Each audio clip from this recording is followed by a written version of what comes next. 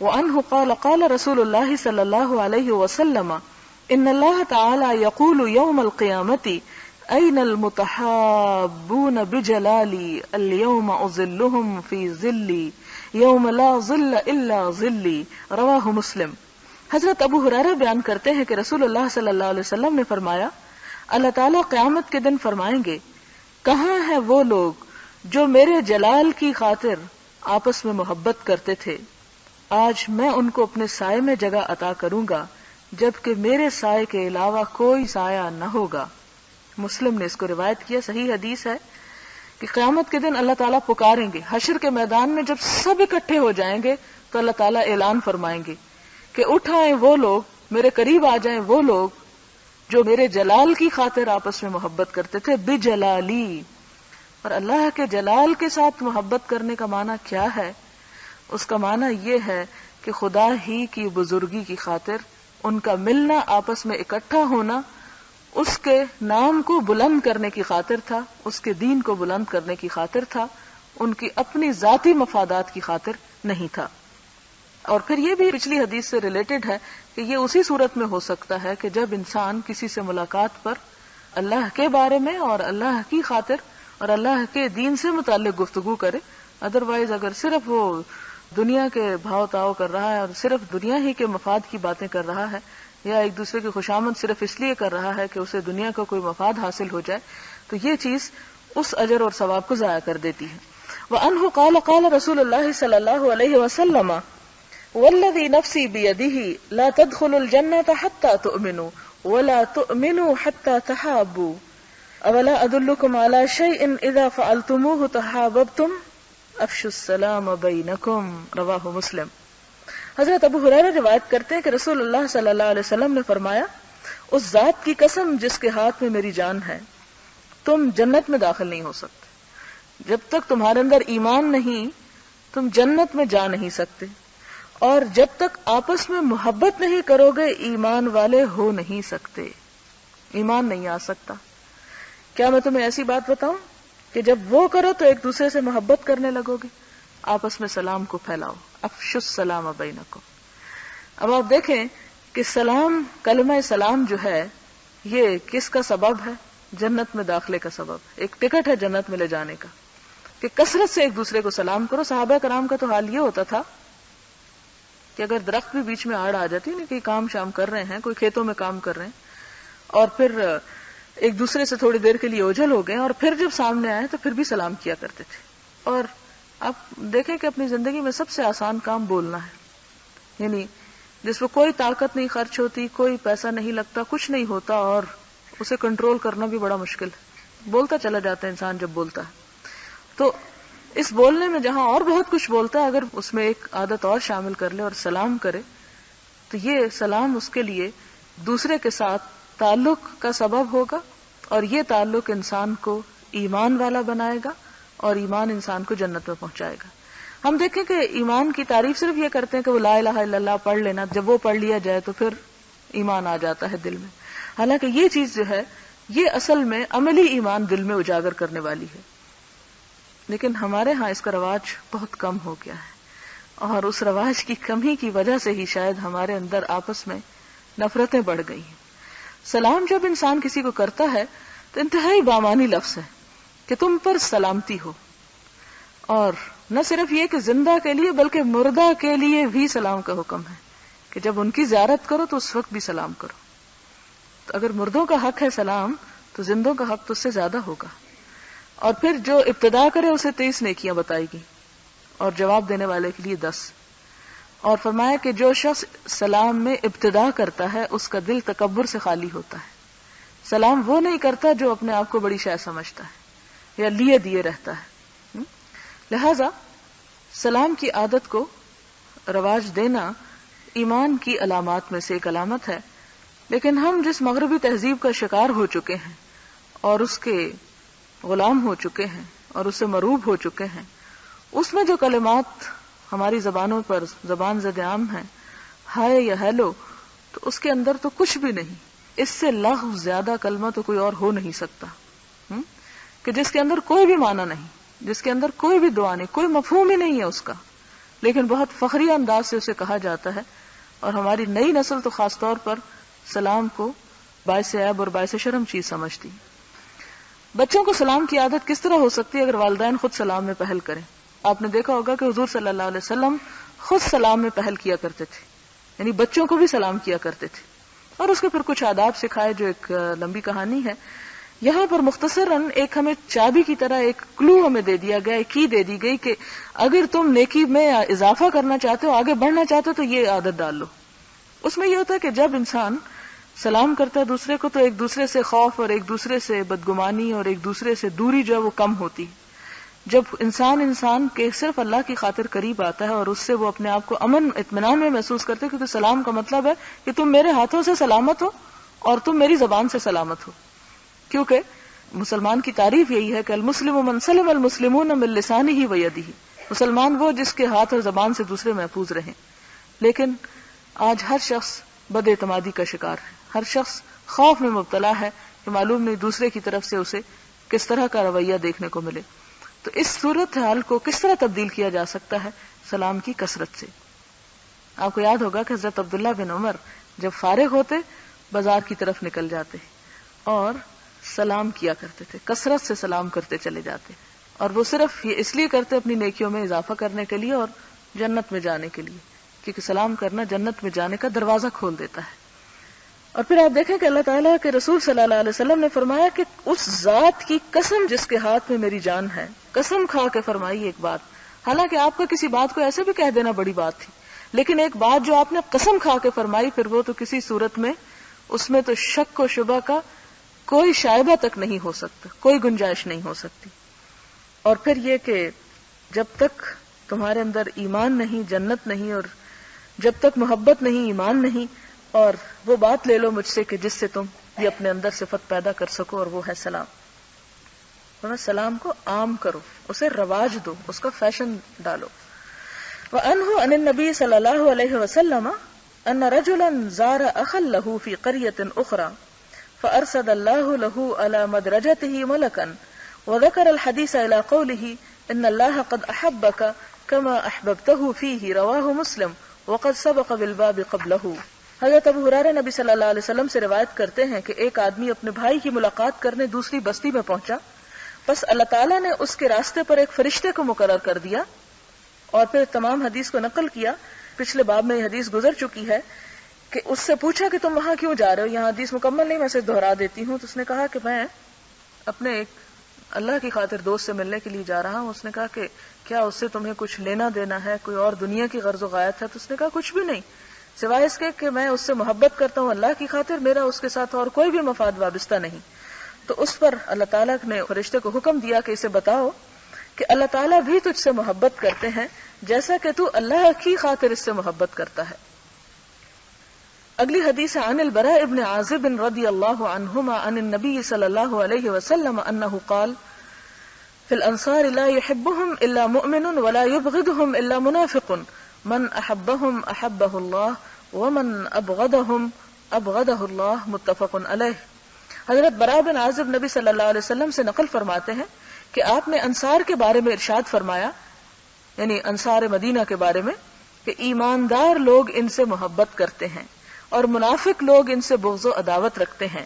جو شخص ان سے محبت کرے گا اللہ اس سے محبت رکھے گا، اور جو ان سے بغض رکھے گا اللہ ان سے بغض رکھے گا. بخاری اور مسلم کی روایت ہے. یعنی ایسے لوگ جو اللہ کے محبوب ہوں، اللہ کے پیارے ہوں، جنہوں نے اللہ کے دین کی خاطر بڑی قربانیاں دی ہوں جیسے انصار نے دی، ان سے اللہ محبت کرتا ہے. اگر دوسرے لوگ ان سے بغض رکھیں تو ان کے لیے خدا کا بغض واجب ہو جاتا ہے. اگلی حدیث عن معاذ رضی اللہ عنہ قال سمعت رسول اللہ صلی اللہ علیہ وسلم یقول قال اللہ عز وجل المتحابون فی جلالی لهم منابر من نور یغبطهم النبیون والشہداء رواہ الترمذی وقال حدیث حسن صحیح. حضرت معاذ بیان کرتے ہیں کہ میں نے رسول اللہ صلی اللہ علیہ وسلم سے سنا، آپ فرماتے تھے اللہ عز وجل فرماتے ہیں میرے جلال کے پیش نظر جو لوگ آپس میں محبت کرتے ہیں، یعنی میرے نام کو بلند کرنے کے لیے، قیامت کے دن ان کے لیے نور کے ممبر ہوں گے، یعنی وہ مسندیں ان سے روشنیاں نکل رہی ہوں گی، انبیاء اور شہداء بھی ان پہ رشک کریں گے. وہ کس لیے رشک کریں گے؟ ان کے اس بہترین عمل کی وجہ سے. یعنی حالانکہ وہ خود نبی نہیں ہوں گے، وہ خود شہید نہیں ہوئے ہوں گے، لیکن ان کا یہ عمل اتنا قابل قبول ہوگا کہ جس کی وجہ سے ان کے اوپر بے پناہ عنایتیں ہوں گی. اگلی حدیث عن ابی ادریس الخولانی رحمہ اللہ قال دخلت مسجد دمشق فاذا فتى براق الثنايا واذا الناس معه فاذا اختلفوا في شيء اسندوه اليه وصدروا عن رأيه فسألت عنه فقيل هذا معاذ بن جبل رضي الله عنه فلما كان من الغد هجرت فوجدته قد سبقني بالتهجير فوجدته يصلي فانتظرته حتى قضى صلاته ثم جئته من قبل وجهه فسلمت عليه ثم قلت والله إني لأحبك فقال الله فقلت الله فقال الله فقلت الله فأخذني بحبوة ردائي فجبذني إليه فقال أبشر فإني سمعت رسول الله صلى الله عليه وسلم يقول قال الله تعالى وجبت محبتي للمتحابين فيا والمتجالسين فيا والمتزاورين فيا والمتبادلين فيا حدیث صحیح رواہ مالک فی الموطأ باسنادہ الصحیح. حضرت ابو ادریس خولانی بیان کرتے ہیں کہ میں دمشق کی مسجد میں داخل ہوا تو وہاں ایک نوجوان تھا جس کے دانت چمکدار تھے اور لوگ اس کے ارد گرد جمع تھے. جب لوگ کسی مسئلے میں اختلاف کرتے تو اس کی رائے معلوم کر کے اس پہ عمل کرتے، یعنی ان کے درمیان اس کا درجہ بہت قابل احترام تھا. میں نے اس کے بارے میں پوچھا کہ یہ کون ہے تو مجھے جواب دیا گیا کہ یہ معاذ بن جبل ہیں، صحابی رسول صلی اللہ علیہ وسلم. جب دوسرے دن ہوا تو میں وہاں جلدی پہنچا، لیکن معاذ بن جبل مجھ سے پہلے وہاں پہنچ چکے تھے نماز کے لیے مسجد میں، اور میں نے دیکھا کہ وہ نماز ادا کر رہے ہیں، لہٰذا میں نے اس کا انتظار کیا. جب وہ نماز سے فارغ ہوا تو میں اس کے پاس آیا، اس کے سامنے سلام کیا. پھر میں نے کہا کہ اللہ کی قسم میں تجھ سے محبت رکھتا ہوں. حالانکہ آپ دیکھیں کوئی جان پہچان نہیں، کچھ نہیں، پہلی دفعہ داخل ہوئے اور دیکھا کہ ایک شخص ہے جس سے لوگ سیکھ رہے ہیں اور جس سے پوچھ رہے ہیں اور اس کی رائے پر اعتماد کرتے ہیں. تو پوچھتے ہیں کہ یہ ہے کون، ایون نام بھی نہیں پتا. ہاں، یعنی باقی تو کچھ بھی نہیں جانتے، نام بھی نہیں پتا، صرف ان کے اطوار اور ان کا جو کام ہے اسے دیکھ کر ان کے دل میں محبت پیدا ہوتی ہے اور جا کے کہتے کہ میں تجھ سے خدا کی خاطر محبت کرتا ہوں. اس نے کہا اللہ کی قسم. میں نے کہا اللہ کی قسم. اس نے کہا اللہ کی قسم. تو اس نے مجھے چادر کے کنارے سے پکڑ کر اپنی طرف کھینچا اور کہا خوش ہو جاؤ، یعنی اپنے قریب کر لیا. میں نے رسول اللہ صلی اللہ علیہ وسلم سے سنا ہے، فرماتے تھے کہ اللہ تعالیٰ نے فرمایا میری محبت ان لوگوں کے ساتھ واجب ہو گئی جو میری خوشنودی کے لیے ملاقاتیں کرتے ہیں اور میرے لیے مال خرچ کرتے ہیں، یعنی ایک دوسرے پر. متبادلین کا لفظ ہے ایک دوسرے پہ مال خرچ کرنا. یہاں پر آپ دیکھیں کہ بہت سے سبق اس حدیث سے ہمیں ملتے ہیں. پہلی بات تو ہمیں یہ پتہ چلتی ہے کہ اللہ کی خاطر محبت وہ نہیں ہوتی کہ کسی کو دیکھ کے دل اس پہ امڑ آئے اور ہم کہیں کہ یہ اب اللہ کی خاطر محبت ہو گئی. اللہ کی خاطر محبت وہ ہوتی ہے کہ جو ایک بامقصد محبت ہوتی ہے اور ہر اس شخص سے وہ محبت ہوتی ہے جو دین کے رستے میں جتنا آگے ہوتا ہے. اس میں انسان یہ نہیں کہے کہ یہ فلاں میرے قبیلے کا ہے، یہ میری برادری کا ہے، یہ میرے کلاس کا ہے، یا یہ میری کسی خاص اور کسی چیز میں میرا شریک ہے اس لیے میں اس کے ساتھ محبت کروں. یہ وجوہات میں سے کوئی وجہ نہیں ہوتی. اس میں تو یہ بھی ضروری نہیں ہوتا کہ وہ نام بھی پتا ہو، اور یہ بھی ضروری نہیں کہ اس کے بارے میں انسان بہت کچھ لمبا چوڑا جانتا ہو. یہاں پر آپ دیکھتے ہیں کہ محبت کی صرف اور صرف ایک وجہ ہے، اور وہ ہے اللہ کا قرب، کہ اسے دیکھا کہ وہ شخص اللہ کے قریب ہے. اس کی دو علامتیں تھیں، یعنی کسی کا یہ پتا کرنا کہ کون اللہ کے کتنے قریب ہے. دو چیزیں، ایک تو یہ کہ نماز میں وہ سب سے پہلے پہنچا ہوا ہے، کیونکہ منافقین کی صفت ہے نا نماز میں سستی کرنا. تو کسی کی پہچان یہ کہ وہ نماز میں کتنی محبت رکھتا ہے اور نماز کے لیے وہ کتنا شوق رکھتا ہے اور نماز میں وہ کتنا آگے بڑھتا ہے. دوسری وجہ کیا تھی کہ دین کے اندر اتنی محنت اور اتنا درک اور اتنی مہارت حاصل کر لینا کہ جس کی وجہ سے انسان صرف اپنے عمل کے لیے دین نہیں سیکھتا، اپنے عمل کے ساتھ ساتھ وہ دوسروں کی رہنمائی بھی کر سکے.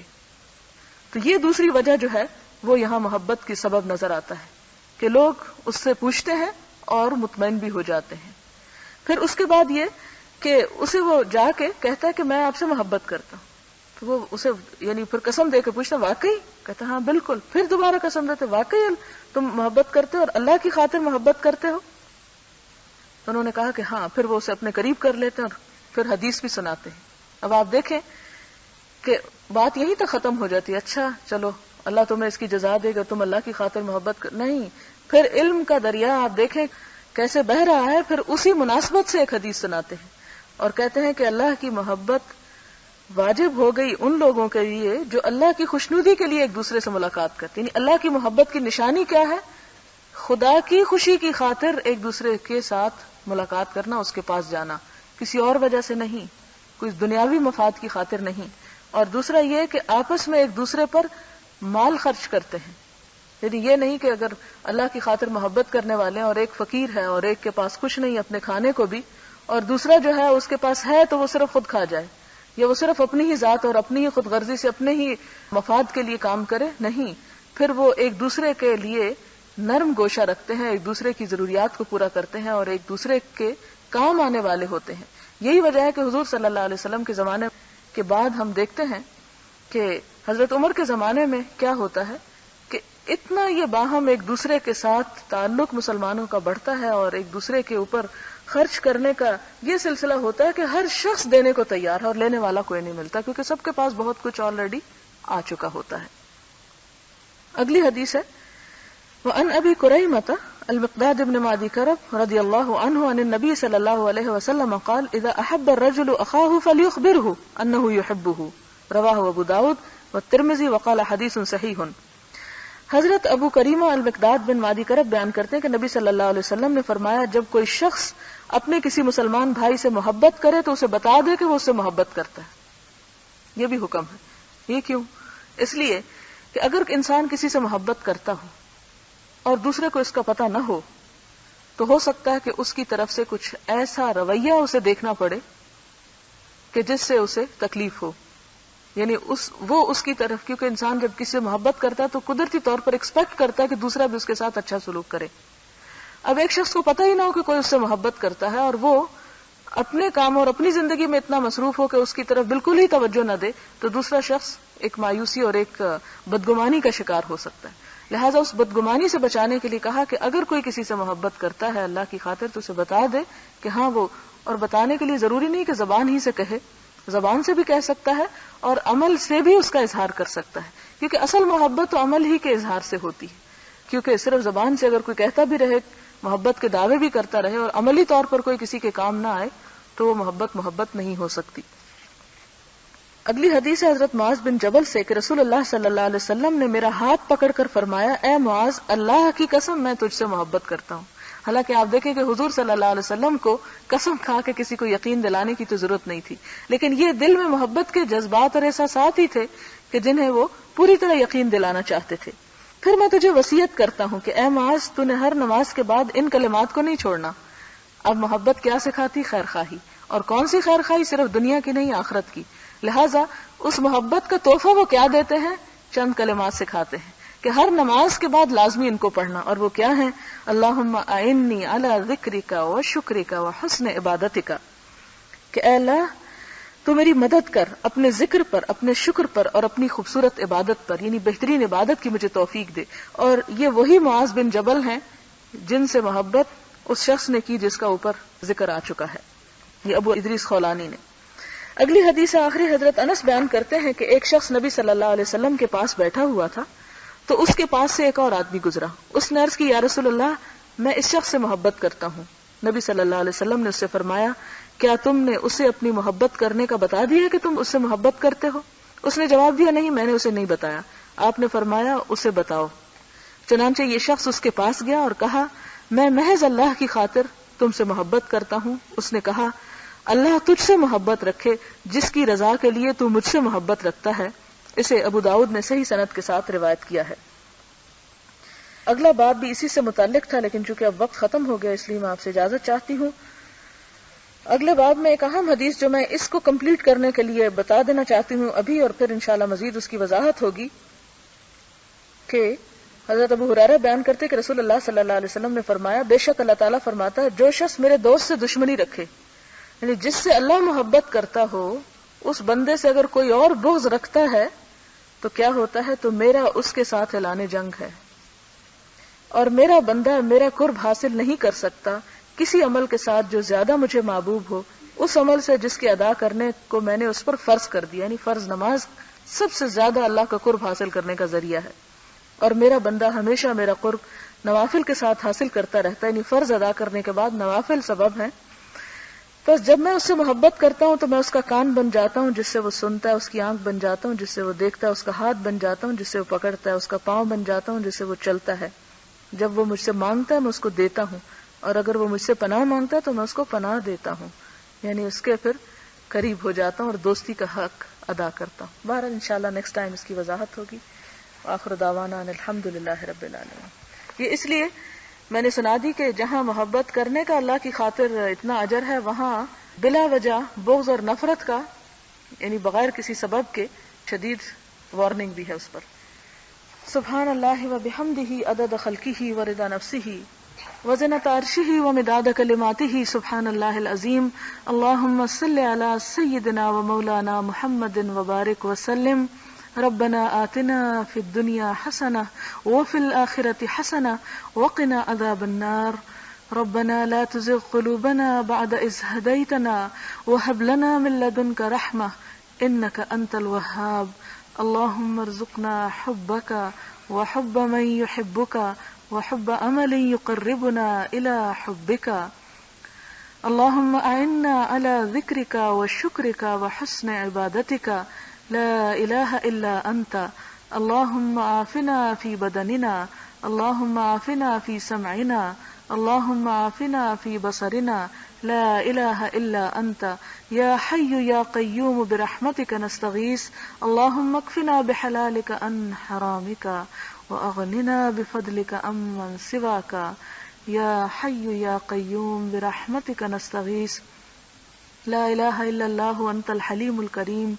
سبحان الله رب العرش العظيم والحمد لله رب العالمين. رب نسألك موجبات رحمتك وعزائم مغفرتك والغنيمة من كل بر والسلامة من كل اسم. لا تدع لنا ذنبا إلا غفرته ولا هما إلا فرجته ولا حاجة هي لك رضا إلا قضيتها يا أرحم الراحمين. إلهي آمين. سبحان ربك رب العزة عما يصفون وسلام على المرسلين والحمد لله رب العالمين. سبحانك اللهم وبحمدك نشهد أن لا إله إلا أنت نستغفرك ونتوب إليك. والسلام عليكم ورحمة الله وبركاته.